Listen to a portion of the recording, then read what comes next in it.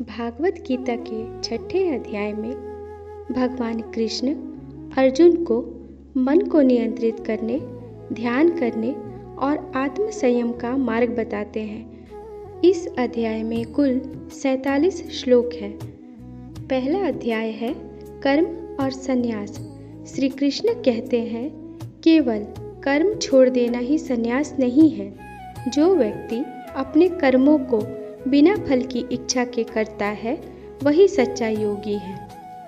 इसका श्लोक है अनाश्रित कर्म फल कार्य कर्म करोति यः स सन्यासी च योगी च।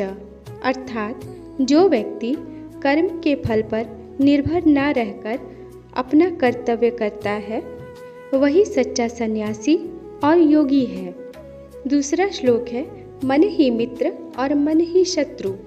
कृष्ण बताते हैं जिसने अपने मन को जीत लिया उसके लिए मन मित्र बन जाता है, लेकिन जो मन को नियंत्रित नहीं कर पाता उसके लिए वही मन शत्रु जैसा बन जाता है। इसका श्लोक है उद्धारे दात्मनात्माना नात्मानमव साध्यते आत्मेव हात्यमनो बंधुरात्मेव त्रिपुरात्मनः। अर्थात मनुष्य को स्वयं अपने प्रयास से अपने आप को ऊपर उठाना चाहिए, गिराना नहीं चाहिए। तीसरा श्लोक है श्री कृष्ण ध्यान के लिए शांत और स्वच्छ स्थान चुने, शरीर को सीधा रखने और मन को एकाग्र करने की बात कहते हैं।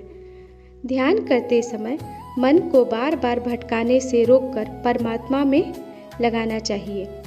तीसरा श्लोक ध्यान कैसे करें। श्री कृष्ण ध्यान के लिए शांत और स्वच्छ स्थान चुने, शरीर को सीधा रखने और मन को एकाग्र करने की बात कहते हैं। ध्यान करते समय मन को बार बार भटकाने से रोककर परमात्मा में लगाना चाहिए। चौथा श्लोक है मन को नियंत्रित करना। अर्जुन कहते हैं कि मन बहुत चंचल है और उसे रोकना कठिन है।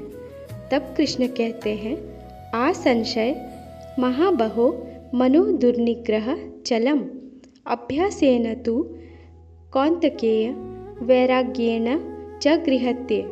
अर्थात हे अर्जुन, मन निश्चित रूप से चंचल और नियंत्रित करना कठिन है, लेकिन अभ्यास और वैराग्य के द्वारा इसे नियंत्रित किया जा सकता है।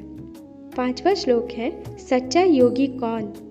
श्री कृष्ण कहते हैं कि सबसे श्रेष्ठ योगी वह है जो अपने मन को परमात्मा में लगाकर सभी प्राणियों को समान दृष्टि से देखता है और दूसरों के दुख और सुख को अपने दुख सुख के समान समझता है। अध्याय 6 का मुख्य संदेश।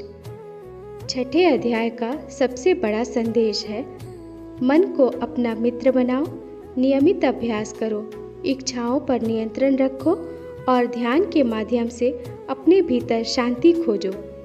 यह अध्याय हमें सिखाता है कि बाहरी परिस्थितियों से ज़्यादा महत्वपूर्ण अपने मन की स्थिति है।